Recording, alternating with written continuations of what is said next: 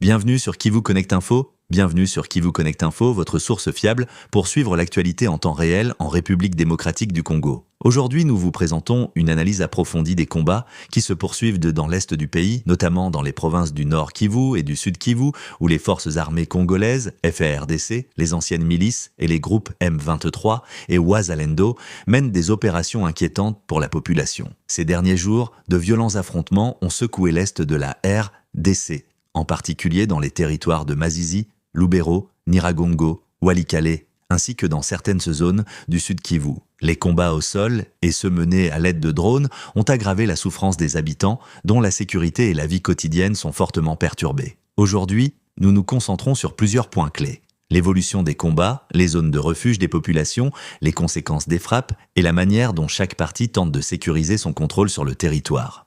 Les informations du jour indiquent que les affrontements se poursuivent dans les zones de Masisi, Gabiono, Tchougi, Katobo et Kaniro, opposant le M23 aux forces de l'État, FARDC, provoquant la panique parmi les habitants. Les frappes de drones ont particulièrement touché Gabiono et les villages environnants, poussant de nombreux civils à fuir. Les habitants vivant dans ces zones subissent des pertes humaines, des blessures, des destructions de biens et se retrouvent souvent dans des camps temporaires pour fuir le danger. À Iziro, les frappes de drones ont tué au moins 3 civils et grièvement blessé d'autres. À Gabiono, les civils expliquent que les attaques répétées, notamment le matin et le soir, les obligeant à rester confinés chez eux par crainte pour leur vie. Le M23 continue de contrôler les territoires de Tchougi, Katobo et Kaniro dans le secteur de Baround, montrant que malgré les tentatives de l'armée de reprendre le contrôle, le groupe conserve une influence importante dans certaines zones.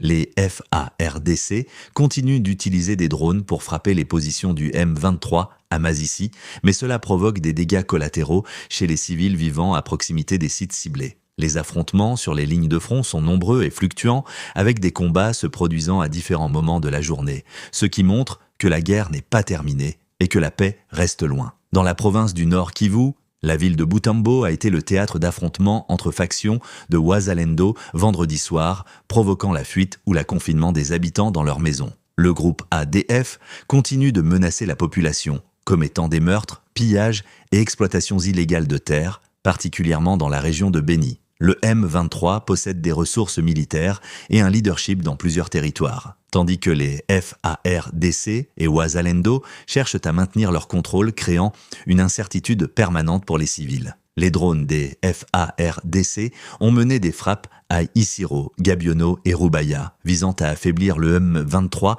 mais continuant à provoquer peur et blessures parmi la population civile. Wazalendo, n'étant pas partie prenante aux accords de paix, CCF, ils poursuivent les affrontements avec le M23, utilisant des embuscades et autres stratégies militaires. Le porte-parole du M23, Willy Ngoma, a été tué lors d'une attaque dans la région de Rubaya, suscitant une onde de choc parmi les forces et la population. Dans les territoires de Nyiragongo et Rutshuru, le M23 continue d'exercer un contrôle sur certains secteurs, alors que les FARDC et Wazalendo tentent de restaurer l'ordre. Dans le Sud Kivu, les civils font face à chaos, violence et pillage, accentuant la crise humanitaire. Des milliers de civils sont dans des camps temporaires pour échapper aux combats et aux frappes de drones, confrontés à des conditions de vie précaires et à un accès limité aux services de base. Le territoire de Masisi a une valeur stratégique élevée en raison de ses ressources naturelles et minières, ce qui explique la persistance des combats dans cette zone. Les FARDC utilisent drones, troupes et positions stratégiques pour tenter de réduire l'influence du M23 sur ces territoires. Les populations continuent de souffrir de pénuries alimentaires, de destruction de biens et de difficultés économiques dues à la guerre qui persiste. Bien que des négociations existent, il n'y a pas de perspective immédiate de paix, les parties continuant d'utiliser la force militaire pour obtenir des gains stratégiques. Les habitants sont invités à rester vigilants, à éviter les zones de conflit et à suivre des sources fiables comme Kivu Connect Info pour être informés des évolutions et mesures de sécurité. La persistance des combats dans l'est de la RDC montre que la paix est encore loin et que les conséquences pour la population sont lourdes.